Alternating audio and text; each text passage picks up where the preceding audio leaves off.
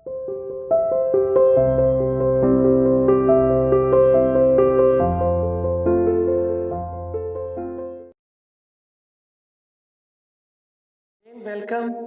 आज हम नियोजित विकास की राजनीति चैप्टर के अंतिम चरण में, और ये अंतिम लास्ट टॉपिक होगा अपना, ठीक है ना बेटा? ये last, this is the last topic. और नीति आयोग के कंपोजिशन के बारे में, इसके मेंबर्स, इसके अध्यक्ष, और बेसिकली ये कैसे काम करता है नीति आयोग, ये तो हम इससे पहले वाले टॉपिक में जान चुके हैं। लाइव क्लास में तो काफी बात कर चुके थे इसके बारे में। आज हम बात करने वाले हैं नीति आयोग के उद्देश्य के बारे में। नीति आयोग बनाया गया, योजना आयोग की इसने जगह ले ली, बट नीति आयोग के पर्पज क्या है, इसके उद्देश्य क्या है, इसके बारे में आज हम डिस्कस करेंगे, ठीक है ना? वैसे तो मैं पहले ही आपसे चर्चा कर चुका हूं इसके प्रीवियस टॉपिक के अंदर ही, लेकिन सिलसिलेवार step in order of sequence में वो भी बात कर लेते हैं, ठीक है ना? पहली बात तो कि हमने पहले ही कहा था कि मजबूत राज्य ही सशक्त राष्ट्र का निर्माण कर सकता है। नीति आयोग के जो सपना देखने वाले हैं, जो नीति आयोग को लेके आए, ऐसा उनका सोचना है। ये बात कर रहे हैं देश के प्रधानमंत्री नरेंद्र मोदी जी का। उन्होंने सोचा है कि नीति आयोग की सफलता इसी बात पर निर्भर करती है कहां तक हम स्टेट का इन्वॉल्वमेंट कर सकते हैं। अगर स्टेट हमारे देश के अंदर विकसित होंगे तो अपने आप देश तो विकसित हो ही जाएगा, राष्ट्र तो विकसित हो ही जाएगा। तो इसके लिए निरंतर उनकी कोशिश रही राज्यों के साथ में सहयोग के साथ काम किया जाए, show that the maximum achievements can be establish. दूसरा, मैंने आपसे पहले भी बात की है, नीति आयोग का सोचना यह है कि नीचे से ऊपर की तरफ चला जाए। नीचे से ऊपर की तरफ चला जाए, नीचे से ऊपर की तरफ मतलब है आपकी जो पॉलिसीज का, जो नीति आयोग पॉलिसीज बना रहे हैं, उनका मैक्सिमम बेनिफिट पहले ग्रामीण लेवल पे जाना चाहिए, विलेज लेवल पे जाना चाहिए, then it should go to the towards the कस्बा, जो आपके सिटी है, फिर बड़े सिटी, फिर मेट्रोपॉलिटन सिटीज, ठीक है ना? तब जाके आप देश का, आपकी ग्रामीण देश की जो पॉपुलेशन, जनसंख्या गांव के अंदर बसती है। तो अगर हमको देश को विकास के लिए जाना है तो गांव के ऊपर हमको फोकस करना होगा, ठीक है ना? फिर दूसरा है कि आप इस तरह की इकोनॉमिक पॉलिसीज प्रिपेयर कीजिए, इस तरह की आर्थिक नीतियां तैयार कीजिए, स्ट्रेटजी बनाइए, प्लानिंग बनाइए, जिससे कि आपकी आर्थिक नीति और देश की सुरक्षा का तालमेल हो, ठीक है ना? ऐसी कोई इकोनॉमिक पॉलिसीज ना हो जिससे आप राष्ट्रीय सुरक्षा के साथ में कोई खिलवाड़ हो जाए। There should not be any compromise with the national security. राष्ट्रीय सुरक्षा के साथ कोई कंप्रोमाइज नहीं होगी, इस तरह की पॉलिसीज होनी चाहिए। राष्ट्रीय सुरक्षा इकोनॉमिक पॉलिसीज के साथ किस तरह से कंप्रोमाइज होने की पॉसिबिलिटी है, मैं आपसे पहले डिस्कस कर चुका हूं। जिन्होंने नहीं मेरे लाइव क्लास में जुड़े तो आप पहले वाले टॉपिक को देखेंगे तो पता लगेगा। साथ में समाज के उन वर्गों का विशेष ध्यान देना चाहिए जिन वर्गों का ड्यू टू हिस्टोरिकली, ऐतिहासिक रूप से ड्यू टू डिस्क्रिमिनेशन उनके साथ भेदभाव हुआ और वो आज इकोनॉमिक पॉइंट ऑफ व्यू से उतना विकास नहीं कर पाए, उनका डेवलपमेंट नहीं हुआ, तो उनके बारे में हमको सोचने की आवश्यकता है, ठीक है ना? उन वर्गों का देश के अंदर जिनका अभी तक विकास नहीं हुआ, तो नीति आयोग कहता है कि उस पर विशेष ध्यान देना चाहिए, उनको लाभ, मैक्सिमम प्रॉफिट मिलना चाहिए। नीति आयोग से जो पॉलिसीज तैयार हो रही हैं उसका maximum benefit should be given to the समाज के उन वर्गों को जो जिनका विशेष ध्यान नहीं दिया गया अभी तक, ठीक है ना? अब प्रमुख हितधारक देखो, इसको किस किस को इन्वॉल्व करना चाहिए प्लानिंग कमीशन के लिए नीति आयोग के अंदर। प्रमुख हितधारक कौन हो सकते हैं? राष्ट्रीय, अंतरराष्ट्रीय थिंक टैंक। हमें कोई गुरेज नहीं है, we do not have any objection. अगर इफ द मतलब आपके देश के प्रधानमंत्री कहते हैं, अगर आप थिंक टैंक मतलब जो सोचने वाले इंसान अगर वो दूसरे देशों से भी होते हैं, अगर उनके पास में they have the better plan for the development, अगर उनके पास विकास के लिए कोई अच्छी योजनाएं हैं, तो इस बात से हमें कोई गुरेज नहीं है। वो दूसरे देश और देश की बात नहीं है, चाहे शैक्षिक संस्थान हो या नीति अनुसंधान संस्थानों के बीच भागीदारी को प्रोत्साहित, हम जहाँ एजुकेशनल इंस्टीट्यूशंस हैं, जहाँ प्लानिंग करने के लिए इंस्टीट्यूशंस हैं, उनके अंदर आपस में डिस्कशन हो, भागीदारी हो, उनका इन्वॉल्वमेंट हो, ठीक है ना।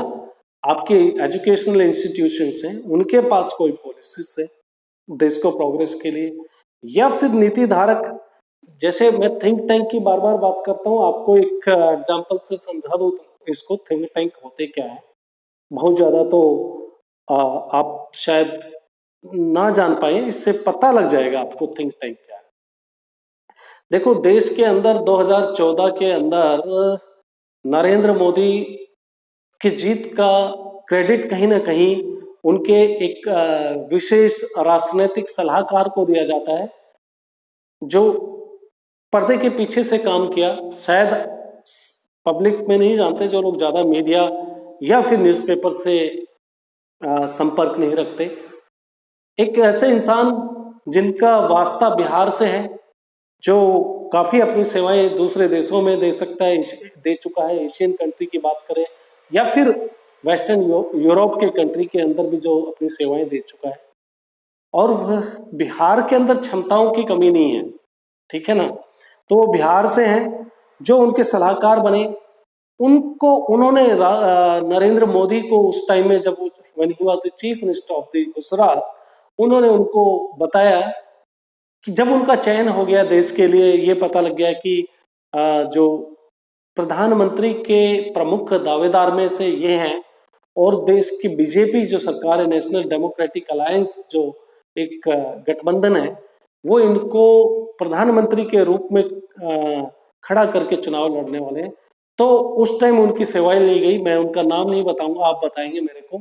देखता हूं कितने लोग वीडियो देखते हैं, इससे पता लगेगा। उन्होंने नरेंद्र मोदी को जो चाय पे चर्चा की, आप बार बार सुनते हो, उन्होंने ये प्रोजेक्ट उनको दिया, प्लान दिया कि आप चाय पे चर्चा कीजिए। वो कितना फेमस हुआ और उससे कितना वोट बैंक बढ़ा होगा वो तो खैर पार्टी जानती है, लेकिन उसका काफी प्रॉफिट मिला। इसी के साथ में जो उन्होंने ताबड़तोड़ जो रैलियां की देश के अंदर, मेरे ख्याल में एक विश्व रिकॉर्ड बन गया। किसी ने चुनाव के टाइम इससे पहले इतनी रैलीज नहीं की। पूरे देश के हर कोने में वो घूमे और उसका परिणाम भी आपने देखा, लगातार दूसरी बार उनकी सरकार बनी। तो ये तो थिंक टैंक है, मतलब जो पर्दे के पीछे से काम करते हैं, पर्दे के सामने उनका चेहरा नहीं आता है, लेकिन वो अपने दिमाग को देते हैं, और उस दिमाग का एग्जीक्यूशन आपके प्लानिंग कमीशन में कर रहा है, ठीक है ना। तो ये तो थिंक टैंक हो गया, बीच बीच में ऐसे एग्जाम्पल चलते रहेंगे। तो राष्ट्रीय अंतर्राष्ट्रीय विशेषज्ञों की भी हमको सवाल, ये थिंक टैंक में ये बात कर रहा था यहाँ पे, जो थिंक टैंक, राइट। राष्ट्रीय और अंतर्राष्ट्रीय विशेषज्ञों, चिकित्सकों, अन्य भागीदारों के सहयोग से ज्ञान और उद्यमशीलता की सहायता प्रणाली का विकसित करना। फिर हमने कहा कि देखो, हमारे देश की या फिर किसी भी देश की दूसरे देशों के साथ में कुछ समझौते होते हैं, एग्रीमेंट है। यहाँ तक कि आप देखोगे सेना भी एक दूसरे के देशों के साथ में मिलके ऑपरेशंस करती है, प्रैक्टिसेस करती है, जिनको एक्सरसाइज के नाम से बोला जाता है। तो हम एक दूसरों से बहुत कुछ सीखते हैं, कहने का मतलब ये है। तो इसी तरह से नीति आयोग में भी ये पाइपलाइन में है प्रोजेक्ट, या एग्जीक्यूट किया गया इसको, कि हम चाहे राष्ट्रीय हो विशेषज्ञ हमारे देश के हो, अंतर्राष्ट्रीय विशेषज्ञ हो जो किसी पार्टिकुलर फील्ड के बारे में, प्लानिंग बनाने के बारे में जिनको अच्छी जानकारी है, या कोई ऐसे चिकित्सक हो, डॉक्टर्स हो, और या कोई और जो सहयोग कर सके, जिनके पास ज्ञान का पिटारा है, या फिर उद्यमशील लोग हैं जो, ठीक है ना, मेहनत करने से डरते नहीं है, ऐसे लोगों की एक प्रणाली को विकसित करना जो देश के लिए, देश के विकास में काम कर सके। विकास एजेंडा के क्रियान्वयन में तेजी लाने के लिए, देखो इसको भी हम समझते हैं, आप विकास करना चाहते हो, इसको तेजी लाने में कहां पर रुकावटें आती है, ठीक है ना। इस बात को भी एक एग्जांपल लेते हैं, बहुत ज्यादा लंबा नहीं लेते हैं। जैसे आपके यहाँ पर नज़दीक में ही रेवाड़ी के आसपास के क्षेत्र में एक मेडिकल कॉलेज बनना है, और उसको हम आपके दिल्ली के आयुर्विज्ञान संस्थान के साथ, एम्स के साथ तुलना कर सकते हैं। ऐसा एक प्रोजेक्ट है, वो जमीन देने के, लेकिन जिस जगह पे वो मेडिकल कॉलेज बनना है हरियाणा सरकार उसकी अनुमति दे चुकी है। ग्रामीण क्षेत्र से जो जिसकी वो जमीन है वो देने को तैयार है, लेकिन वहां पर एम्स नहीं बन पाया। कारण कि इंटर डिपार्टमेंटल कम्युनिकेशन गैप, ठीक है ना। यानी कि जब आप कोई एक काम करते हो तो अलग अलग मिनिस्ट्री काम करती है, केंद्र सरकार की और राज्य सरकारों की। अब इनमें आपस में लिंक नहीं है, बातचीत नहीं होती, वार्तालाप नहीं होती, ठीक है ना। तो ये कम्युनिकेशन, अब वो उस प्रोजेक्ट को आपके हरियाणा के अंदर जो रेवाड़ी के आसपास में आना था, वो जो एम्स मेडिकल कॉलेज अस्पताल, वो इस वजह से नहीं आया कि इन्वायरमेंट मिनिस्ट्री ने क्लियरेंस नहीं दिया, क्योंकि वहां से पेड़ काटे जाने थे। तो पेड़ काटे जाने थे, कितने काटे जाने थे, उसकी जगह दूसरे पेड़ लगाए जा सकते हैं, और इतने पीरियड में तो अभी तक वो पेड़ भी बड़े हो जाते काफी।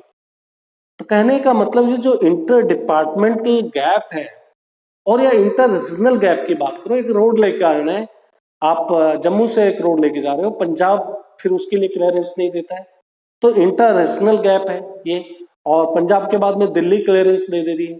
तो कहने का मतलब किसी भी काम में अलग अलग दावेदार इन्वॉल्व होते हैं, तो सबके, अगर इसको काम को तेजी लाना है, विकास के एजेंडा में तेजी लानी है, क्रियान्वयन एग्जीक्यूट जल्दी करना है, तो आपको अंतर क्षेत्रीय और अंतर डिपार्टमेंट, इंटर डिपार्टमेंट मुद्दों को समाधान हेतु एक मंच होना चाहिए जहां पर आप बैठकर एक साथ डिस्कस कर सके, ठीक है ना। तब जाके कोई भी पॉलिसी का एग्जीक्यूशन जल्दी हो सकता है, ठीक है ना। इंटर डिपार्टमेंटल और इंटर रीजनल समस्याओं को सुलझाने के लिए कोई एक मंच, मंच का मतलब कहीं पर वो जाके बैठ के बात कर सके, सभी डिपार्टमेंट के मिनिस्टर्स आ जाए या उनके सेक्रेटरीज आ जाए, आपस में बात कर ले जल्दी से, भाई क्या है इस फाइल के अंदर, किस वजह से ये काम नहीं हो रहा है, इसमें ये ऑब्जेक्शन है, ठीक है भाई, इसको कैसे रेटिफाई किया जा सकता है। एक दूसरा एक एग्जाम्पल दे देता हूँ आपको। अभी कोविड-19 के टाइम पे लॉकडाउन के बाद खोला गया, तो बहुत सारे मुंबई से लोगों को, जो बिहार के लोग थे, उनको वापस निकलना था। बोलते हैं कि वहां की मुंबई की एक ब्रहा मुंबई के नाम से नगर पालिका है, ठीक है ना। अब कुछ फॉर्मेलिटीज होती हैं, जब लॉकडाउन खत्म हुआ तो आप जाने से पहले कोविड टेस्ट होना चाहिए, फीवर तो नहीं है, और वो दूसरे छोटे मोटे रिजर्वेशंस के जो फैसिलिटी है, गाड़ी में कौन बैठेगा उसका भी परमिशन स्टेट गवर्नमेंट ही दे रही थी। अब इस काम में बहुत सारे लोग बेचारे रेलवे स्टेशन पहुंच जाते हैं, लेकिन उनके पास वो परमिशन नहीं, पता नहीं। तो there was a man who has come forward, Sonu Sood का आपने नाम सुना होगा, और उन्होंने इस मामले में मदद की। तो इस तरह से उन्होंने क्या किया, एक मंच दे दिया, वो इंसान जिससे सभी मुंबई से बाहर जाने वाले मिले, और उस इंसान ने सभी की समस्याओं को लेके एक डिपार्टमेंट तक रखा, और डिपार्टमेंट की तरफ से शॉर्ट आउट होकर समस्या घर तक पहुंचे। तो this is how the problems can be resolve, कैसे समस्याओं का समाधान किया जाता है। राज्यों को कला संसाधन केंद्र के रूप में स्थापित करने, शासन पर शोध का केंद्र बनाने, सतत न्याय संगत विकास में सर्वोत्तम तरीके अपनाना। राज्य अगर विकास चाहते हैं तो विकास कला के क्षेत्र में हो सकता है, स्थापित कर सकते हैं, या फिर आप किसी तरह का शोध, शासन पर शोध का केंद्र बनाना, तो इसमें विकास में जो सबसे बेहतर तरीका हो सकता है, जो सबसे बेहतर ऑप्शन है, उसको अपनाना, ठीक है ना। तो ये हो गया एक तो जो ताकतवर स्टेट ही देश बना सकता है, राष्ट्र दे सकता है, ग्रामीण स्तर से योजनाएं शुरू हो, ठीक है ना, और राष्ट्रीय सुरक्षा के हितों का ध्यान में रखा जाए जब भी प्रोग्रेस करे, और उन वर्गों के विशेष का ज्यादा ध्यान देना चाहिए जिनको अभी तक विकास का फायदा नहीं मिला, और प्रमुख हितधारक में हम राष्ट्रीय अंतर्राष्ट्रीय थिंक टैंक को शामिल कर सकते हैं, चाहे वो शैक्षिक या नीति अनुसंधान से रिलेटेड ही हो, सबको इन्वॉल्व कर सकते हो, और आपके इंटरनेशनल एक्सपर्ट्स हों, चाहे वो फील्ड में हो, मेडिकल के फील्ड में, चिकित्सक के में, या फिर दूसरे ज्ञान का कोई फील्ड हो, या उद्यमशीलता से रिलेटेड हो, सबका इन्वॉल्वमेंट होने, और एजेंडा को क्रियान्वयन करने के लिए हमारे पास में एक अंतर क्षेत्रीय, अंतर विभागीय एक मंच होना चाहिए जहां पर समस्याओं का समाधान किया जा सकता है। तो इसी के साथ आज आपका ये टॉपिक नियोजित विकास की राजनीति